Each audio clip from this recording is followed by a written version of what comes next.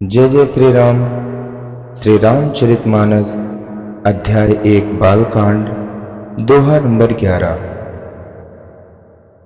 जुगुति बेधि पुनि पोहि यही रामचरित बरताग। पहिरहि सज्जन विमल उर शोभा अति अनुराग। इसका अर्थ है, उन कविता रूपी मुक्त मणियों को युक्ति से बेध कर फिर रामचरित रूपी सुंदर तागे में पिरोकर सज्जन लोग अपने निर्मल हृदय में धारण करते हैं, जिससे अत्यंत अनुराग रूपी शोभा होती है। वे अत्यंतिक प्रेम को प्राप्त होते हैं। चौपाई कुछ इस प्रकार है। जे जन्मे कलिकाल कराला, करतब बायस बेस मराला। चलत कुपंथ बेद मग छाड़े, कपट कलेवर कलिमल भाड़े।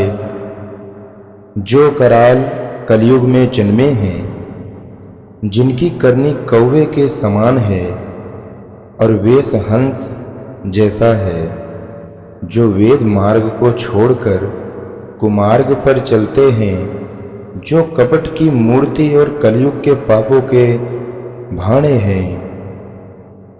बंचक भगत कहाय राम के, किंकर कंचन कोह काम के।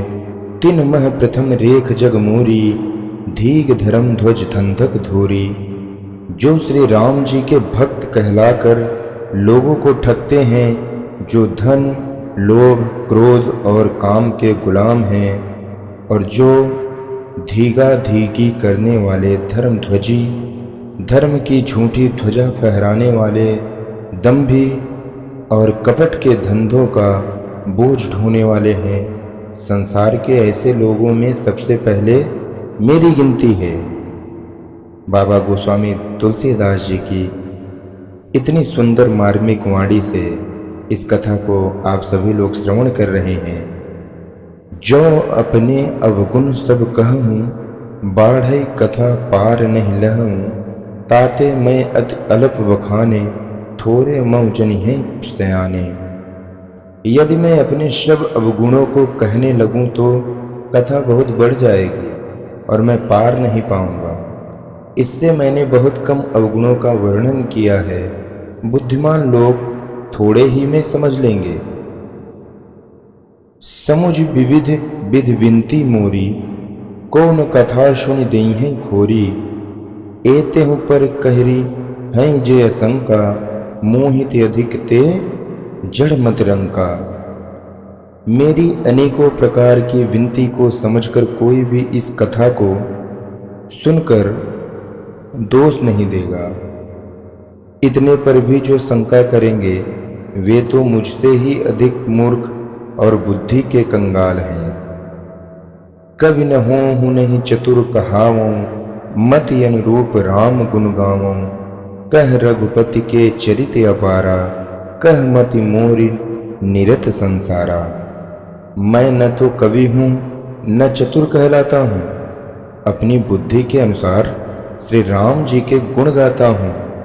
कहाँ तो श्री रघुनाथ जी के अपार चरित्र, कहाँ संसार में आशक्त मेरी बुद्धि।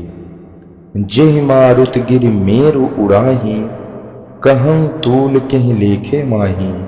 समुझत अमित राम प्रभुताई, करत कथा मन अति कदराई। जिस हवा से सुमेरु जैसे पहाड़ उड़ जाते हैं, कहिए तो उसके सामने रूई किस गिनती में है।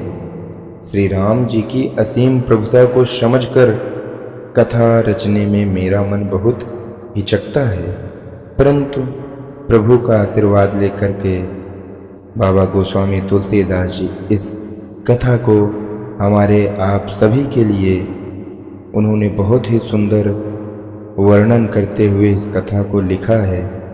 जो व्यक्ति इस कथा को अपने जीवन में उतार लेगा, उसके जन्मों जन्मांतर तक के पाप नष्ट हो जाएंगे। प्रतिदिन इसको सुनना और सुनाना चाहिए। जो जैसा उन्होंने लिखा है, बस उतना ही यदि आप समझ लिए तो भी जीवन धन्य हो जाएगा। जय जय श्री राम। दोहा नंबर 12 श्री रामचरितमानस के बालकांड के 12वें नंबर दोहे की शुरुआत करते हैं। सादर शेष महेश विधि आगम निगम पुराण, नेति नेति कहि जासु गुण करहि निरंतर गान। सरस्वती जी, शेष जी, शिव जी, ब्रह्मा जी, शास्त्र वेद और पुराण ये सब नेति नेति कहकर पार नहीं पाकर ऐसा नहीं कहते हुए सदा जिनका गुणगान किया करते हैं।